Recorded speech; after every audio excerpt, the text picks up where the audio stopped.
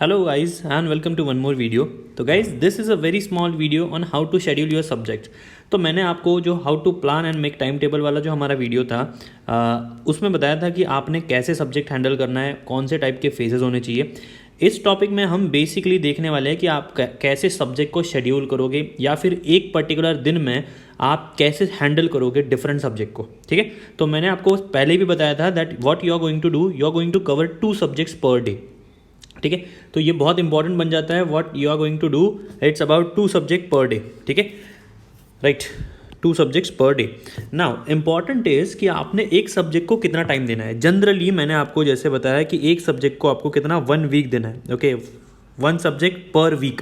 अभी इसका ये मतलब नहीं है कि एक सब्जेक्ट को एग्जैक्टली 1 वीक देना है. कुछ सब्जेक्ट्स होंगे जो लेस देन 1 वीक में भी कंप्लीट होंगे एंड कुछ सब्जेक्ट जो है ग्रेटर देन 1 वीक में भी कंप्लीट होंगे. तो देखिए, कोई भी जो प्लान होता है फुल प्रूफ नहीं होता, आपको ओवर द टाइम उसको मॉडिफाई करना पड़ता है. तो इसीलिए आपको ज़्यादा अंडरस्टैंडिंग होगी कि कौन सा सब्जेक्ट आपको 1 वीक में होगा, कौन सा नहीं होगा.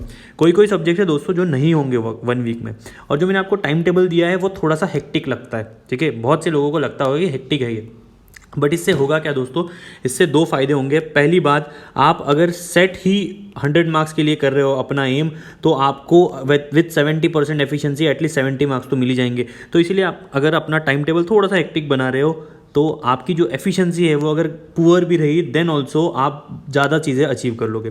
पहले आप समझ रहे हो कि 6-7 घंटे पढ़ना है, तो उसमें से तो कितना ही इफेक्टिव रहने वाला है, राइट. इसीलिए मैंने आपको थोड़ा सा हेक्टिक टाइम टेबल दिया था. एंड सेकेंड जो इसका यूज़ होता है दोस्तों, it is about integrating your life with your preparation. ठीक है, तो ये जो इंटीग्रेशन होता है ये बहुत इंपॉर्टेंट है. जो आपका प्रिपरेशन है ये आपकी लाइफ में इंटीग्रेट हो जाना बहुत ज़रूरी है. ये मैंने पहले भी बताया, तो आपको बार बार रिपीट नहीं करूँगा मैं, डोंट वरी.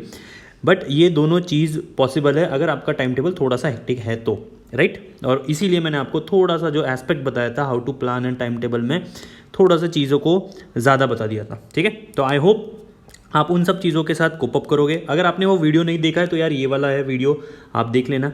ठीक है, तो ये बहुत इंपॉर्टेंट है, राइट. तो आते हैं इस टॉपिक की तरफ. शेड्यूल करना है हमें सब्जेक्ट को, तो कैसे करना है. जैसे मैंने आपको बताया, एक वीक जनरली आप दोगे सिंगल सब्जेक्ट को. ठीक है, what you are going to do, day time में आप 2 सब्जेक्ट करोगे. ठीक है, तो एक सब्जेक्ट नंबर 1, सब्जेक्ट नंबर 2. मैंने आपको शेड्यूल बताया है कि किसने कितने टाइम में क्या करना है, राइट.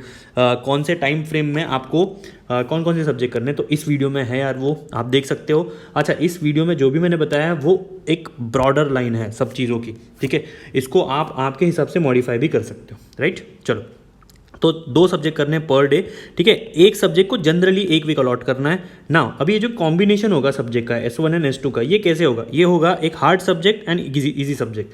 देखो, हार्ड सब्जेक्ट में अगर आप ज़्यादा टाइम दे देते हो, लेट्स से आपने डिसाइड किया था कि मैं लेट्स से 3 आवर्स दूंगा S1 को दूंगा 3 आवर्स, ओके, एंड S2 को दूंगा 3 आवर्स. लेकिन यहाँ पे ये आपका ऑलमोस्ट 4 आवर्स कंज्यूम कर गया. अभी सब्जेक्ट जो S2 है वो आपने थोड़ा सा इजी कंसिडर किया है, इसीलिए जो इसका 3 घंटे का वर्क है ये 2 घंटे में होने के चांसेस है, राइट. तो इसीलिए एक हार्ड प्लस इजी वाला अगर आप पैटर्न चूज़ करोगे तो इसमें बेनिफिट क्या होता है, यहाँ पे जो भी आपका टाइम आगे चला गया वो सब आप रिकवर कर सकते हो 2 आवर्स वाले में. ठीक है, या फिर कभी कभी होगा कि जो 3 घंटे का आपने सोचा था कि 3 घंटे में सब कुछ करूँगा, वो 1 ही घंटे में हो जाता है, तो आपके पास 2 घंटे अभी भी एक्सेस है, तो यहाँ पे यूज़ कर लो, राइट. तो ये इसका यूज़ होता है हार्ड एंड ईजी सब्जेक्ट को कपल करने का. ठीक है, अच्छा, कुछ चीज़ें हैं जो बता देता हूँ आपको. फर्स्ट, आपको जो भी आप पढ़ रहे हो दोस्तों, मैं अज्यूम कर रहा हूँ कि आप सब चीज़ों को अच्छे से अंडरस्टैंड कर रहे हो. प्रीवियस ईयर क्वेश्चन सॉल्व कर रहे हो, कन्वेंशनल क्वेश्चन कर रहे हो, राइट. इसमें भी एक डाउट आया था बच्चों को, कन्वेंशनल कौन से करने हैं. देखो यार, आप रेफरेंस बुक पढ़ रहे हो, राइट, रेफरेंस बुक देख रहे हो. लेट्स से मैं अज्यूम कर रहा हूँ जो भी कंसेप्ट आपको नहीं आ रहे एक बार आप देख के चले जा रहे हो. ठीक है, तो रेफरेंस बुक में जो भी आपको वहाँ पे कन्वेंशनल क्वेश्चन दिख रहे हैं वो कर लो यार. ठीक है, एक क्वेश्चन, सिर्फ एक क्वेश्चन करना है और कुछ नहीं. ठीक है, अगर आपके पास टाइम बचता है देन आप ESE के जो प्रीवियस ईयर क्वेश्चंस है, ये कौन से बोल रहे हैं, ESE के प्रीवियस ईयर क्वेश्चन, मेंस के बोल रहा हूँ यार मैं, प्लीज़, प्रीलिम्स के नहीं. प्रीलिम्स के तो आपको करने ही करने हैं. ये जो ESE के प्रीवियस ईयर से मेंस के, वो आप कर सकते हो. ठीक है, कब, जब आपका रेफरेंस बुक के 1 या 2 कन्वेंशनल क्वेश्चंस आप देख लो या फिर उन्हें सॉल्व करो. ठीक है, अच्छा, देखना नहीं यार, सॉल्व करना है, ये बहुत इंपॉर्टेंट है. किसी ने मुझे कमेंट में पूछा था कि सर क्या करना है. देखना नहीं है, सिर्फ देखना नहीं क्वेश्चन कैसे सॉल्व करना है, उसको लिखो। एक बार आप लिखोगे उसको तो याद होता है यार। देखो कोई भी चीज़ अगर आप लिखते हो तो वो आपके ब्रेन में फटाफट फीड हो जाता है, ठीक है। पढ़ने से कुछ नहीं होता। तो मैंने देखा है बहुत से लोग क्या करते हैं, नोट जो होते हैं उनको पढ़ते हैं, ठीक है। पढ़ो नहीं, आप नोट्स अगर साइड में पढ़ रहे हो तो आपका पेन पेपर रेडी रखो, ताकि आप सब चीज़ें नोट भी करते जा रहे हो, ठीक है। क्यों होगा नहीं, रफ वर्क में आपको करना है, अच्छी हैंड राइटिंग नहीं निकालनी, रफ में करना है। होगा क्या, एक बार आपके हाथों के नीचे से जाता है तो सब कुछ आपको याद होता है, राइट। तो मैं अज्यूम कर रहा हूँ ये सब चीज़ें आपको समझ आ गई है। Next, read reference book properly. मैंने आपको पहले भी बताया रेफरेंस बुक कैसे यूज़ करना है, कैसे उससे लर्निंग्स करनी है। नहीं पता तो यार ये वीडियो देख लो प्लीज़, ठीक है। मतलब आपका फालतू एफर्ट्स नहीं जाएंगे। Next, don't leave anything. ये बहुत ज़्यादा इंपॉर्टेंट चीज़ है, डोंट लीव एनीथिंग। इसका मतलब क्या है, देखो यार, इसको रफ कर लेता हूँ थोड़ा सा। देखो एक चीज़ तो है, मैंने आपको ये पहले भी बताया होगा शायद, कि अगर आपको एग्ज़ाम में अच्छे मार्क्स लाने तो आपको 100% सिलेबस कवर करना ज़रूरी है, ठीक है। 100% सिलेबस कवर करना ज़रूरी है। ये मत सोचो कि 50% पे सिलेक्शन होता है, 60% पे सिलेक्शन होता है। अभी जो 50-60% सिलेक्शन होता है वो अटेम्प्ट तो 100% का करता है ना भाई, ओके। इसीलिए ये मत सोचो कि मैं कुछ सब्जेक्ट छोड़ दूंगा तो आप तो भी सिलेक्ट हो जाओगे, ठीक है। अच्छा, इसमें भी एक ट्रिक है दोस्तों, एक ट्रिक है, और वो ट्रिक है कि कैसे, कौन से सब्जेक्ट अगर आप छोड़ रहे हो तो उनमें क्या पढ़ना चाहिए, ठीक है। इसका एक डिटेल वीडियो आएगा, how to leave any subject, okay, what to study from that subject. ये सब चीज़ें भी बता दूंगा, छोटे से वीडियो बनाऊंगा यार, ज़्यादा टाइम पास नहीं करूंगा, क्योंकि ये 1-1 घंटे की वीडियो बन जाते तो आप लोगों का ही इसमें टाइम वेस्ट हो रहा है, ठीक है। तो इसलिए ये छोटे से वीडियो होंगे, हार्डली 5 to 8 मिनट्स के, ठीक है। तो चलो इस पर भी एक वीडियो बनाएंगा, डोंट वरी नाउ। तो अंडरस्टैंडिंग क्या है, डोंट लीव एनीथिंग। देखिए अगर कुछ चीज़ आपने पढ़ी फर्स्ट टाइम, आपको नहीं समझ आई, तो ऐसे नहीं कि छोड़ो यार ये चीज़, टॉपिक छोड़ देते, उसको फिर से करो, उसको रिपीट करो, उसको समझने का ट्राई करो, वेरियस जो मोड्स हैं उनसे उसे समझने का ट्राई करो, ठीक है। रेफरेंस बुक पढ़ो, ऑनलाइन लेक्चर्स देखो, बहुत से जो भी मोड्स है आपके पास उनमें से उस चीज़ को समझ लो यार, यही टाइम है आपके पास समझने का, okay. Then next, don't do extra things. इसका मतलब क्या है, रिसर्च नहीं करनी है, रेफरेंस बुक दिख ली मतलब आप सब कुछ पढ़े जा रहे हो। उसके बाद एक सब्जेक्ट आपको बहुत अच्छा आ गया, लेट से आपको कोई एक सब्जेक्ट में बोल रहा हूँ, लेट से बेसिक इलेक्ट्रिकल इंजीनियरिंग एक सब्जेक्ट है, वो आपको बहुत अच्छे से आ गया, तो आप सिर्फ उसी में चीज़ें सॉल्व करे जा रहे हो, उसी में आप रेजिस्टेंस डायग्राम सॉल्व करे जा रहे हो, वगैरह वगैरह।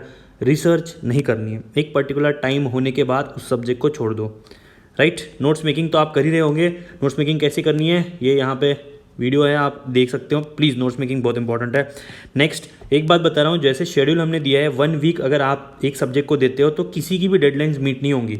जनरली अगर सब्जेक्ट बड़ा है तो 1 वीक का अगर आप शेड्यूल दे रहे हो तो शायद वो डेडलाइंस मीट नहीं हो, तो ऐसे में पैनिक नहीं होना है, ठीक है। डेडलाइंस किसी की मीट नहीं करती, डोंट वरी, आपके एम जो है वो ओवरशूट होंगे, ओके। तो इससे डिमोटिवेट मत हो, ये एक फेज़ है जो आपको क्रॉस करना है, ठीक है।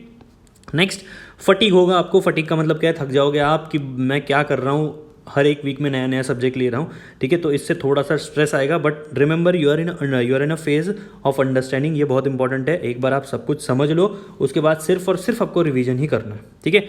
स्टे मोटिवेटेड, ये तो हमारी इस चैनल की टैगलाइन है। कैसे मोटिवेट कर सकते हो खुद को, बहुत से मीन्स है, तो you can go there and you can get yourself motivated, okay. चलो, तो ये तो था about few general points. Now मैंने क्या किया है दोस्तों, एक लिस्ट बनाई है, this list is of combinations, okay, combinations of subject and उनकी जो डिफ़िकल्टी लेवल है फॉर ऑल डिपार्टमेंट्स, ये हमने बनाई है, ठीक है। अब ये कहाँ से आई है दोस्तों, ये सब आई है फ्रॉम टॉपर्स। जितने भी टॉपर्स हैं इंजीनियरिंग सर्विसेज और गेट के, उनको मैंने कांटेक्ट किया, ठीक है, और उनसे मैंने डेटा मंगवाया, क्योंकि यार मैं तो सब चीज़ों का आपको इन ब्रीफ डिटेल नहीं दे सकता, इसीलिए मैंने अपने फ्रेंड्स की हेल्प ली, और इन सब फ्रेंड्स से मैंने डिफ़िकल्टी लेवल सब्जेक्ट की पूछी, और उनको ये बताया कि आप बताओ मुझे कि 2 सब्जेक्ट अगर हमें करने हैं एक दिन में, ओके, तो एक दिन में मतलब क्या, एक दिन में 2 सब्जेक्ट हैंडल करने, कंप्लीट नहीं करने, ठीक है। तो मुझे बताओ कि ऐसे कौन से पेयर हम फॉर्म कर सकते हैं। तो उन्होंने मुझे एक डिटेल लिस्ट बताई है दोस्तों, वो मैं आपके साथ शेयर कर रहा हूँ। तो इससे पहले थोड़ा सा आपको डिस्क्लेमर दे देता हूँ, ये है डिस्क्लेमर। तो this file is made by taking help from toppers of all department, okay, and these are like are views about tackling this subject. अगर आपको पसंद नहीं आई है तो आपका जो शेड्यूल है यार वो फॉलो करो, आपको जो कॉम्बिनेशन अच्छा है वो फॉलो करो, ठीक है। आई होप आपको ये क्लियर है। अगर आपको अच्छा लग रहा है तो प्लीज़ ये 3 चीज़ें कर देना, अगर आपको अप्रिशिएट करना है हमें, ओके। एंड एज यूजुअल अपना लाइफ का मोटो यही रहना चाहिए, stay happy and motivated. Now moving on, this is for for electrical department, so this are the combinations. Okay, ये सब्जेक्ट 1 सब्जेक्ट 2 रख सकते हो आप, ठीक है। इसमें से मैंने वही किया है, एक थोड़ा सा हार्ड सब्जेक्ट, ये हार्ड सब्जेक्ट है, वेरस है ईजी सब्जेक्ट है, हार्ड ईजी। अच्छा, आपको अगर समझना है कि हार्ड और ईजी क्या है, तो देखिए यहाँ पे नीचे लिस्ट भी है जिसमें मैंने रेटिंग दिया है। उनको बोला था मैंने टॉपर्स को कि आप रेटिंग दो सब्जेक्ट को, कि आप किस तरह से कितने सब्जेक्ट को डिफिकल्ट समझ सकते हो। तो आउट ऑफ 10, 10 मतलब क्या, सबसे ज़्यादा डिफिकल्ट, ओके, एंड 1 मतलब क्या, ईजी, ठीक है। तो देखिए मैंने ये रेटिंग्स है, ओके, तो इस तरह से रेटिंग है और ये ऑर्डर भी दिया हुआ है एक, ठीक है। नाउ इलेक्ट्रिकल वालों के लिए है ये, सो आई होप ये क्लियर है आपको, राइट। ये सब चीज़ें कहाँ मिलेंगी, फेसबुक का जो हमारा इंडोरेल पेज है, ठीक है, फेसबुक पे इंडोरेल पेज है, वहाँ पे मिल जाएंगी यार, डोंट वरी, सब आप ही के लिए है। कमिंग टू नेक्स्ट, ये इलेक्ट्रॉनिक्स एंड टेलीकम्युनिकेशन ECE, इनके लिए भी ये लेवल है, ठीक है। ये क्या है, एक्चुअली डिफ़िकल्टी लेवल है 1 to 10 पे नोट किया है, where as similarly subject 1 subject 2 कैसे पढ़ने हैं, ये सब्जेक्ट्स है, ठीक है।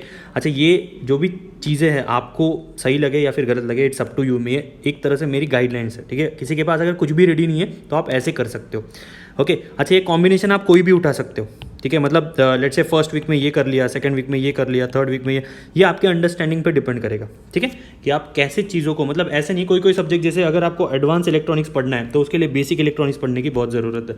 तो आप ऐसे नहीं कि पहला ही इसी को उठा लिया, ठीक है। तो ये ऐसे आपको खुद से शेड्यूल करना है, क्योंकि आपके इंजीनियरिंग सेक्टर में आप मास्टर हो, ठीक है। Next, civil engineering. Civil engineering के लिए ये है डिफ़िकल्टी लेवल एंड ये है कॉम्बिनेशंस, आई होप ये क्लियर है। And coming to final, mechanical engineering. Mechanical engineering में ये है आपके सब्जेक्ट्स एंड इस तरह से इनको पढ़ने हैं। कुछ सब्जेक्ट्स हैं जिनको मैंने 9 सब्जेक्ट लिखा है, ठीक है। 9 सब्जेक्ट क्यों है, क्योंकि वो खुद इतने बड़े हैं कि आप पूरा एक दिन इसी में खर्चा कर दोगे, ठीक है। A complete day will be spent in this subject only. जैसे मैन्युफैक्चरिंग भी एक है, तो इनके पैरेलल में कुछ नहीं करना है, पूरा दिन इन्हीं सब्जेक्ट्स को देना है, ठीक है। तो आई होप ये क्लियर है आपको दोस्तों, and this was the video about the scheduling of subject. So I hope you liked it, so thank you very much, and we'll meet in next video. Next videos will be there will be lot of videos coming in this week, so हम उसी videos के बारे में आगे भी discuss करेंगे। I hope आपको live stream पसंद आई है, एंड आई होप ये वीडियो भी आपको पसंद आया है। तो प्लीज़, अगर आपको पसंद आया तो please like, share and subscribe. तो thank you very much, and one more thing, ये जो भी डॉक्यूमेंट है आपको मिल जाएगा on our Facebook page which is Indorail. Just आप टाइप कर दीजिए इंडोरेल ऑन फेसबुक, आपको ये डॉक्यूमेंट मिल जाएगा, okay. So thank you very much guys, stay happy, stay motivated and be safe.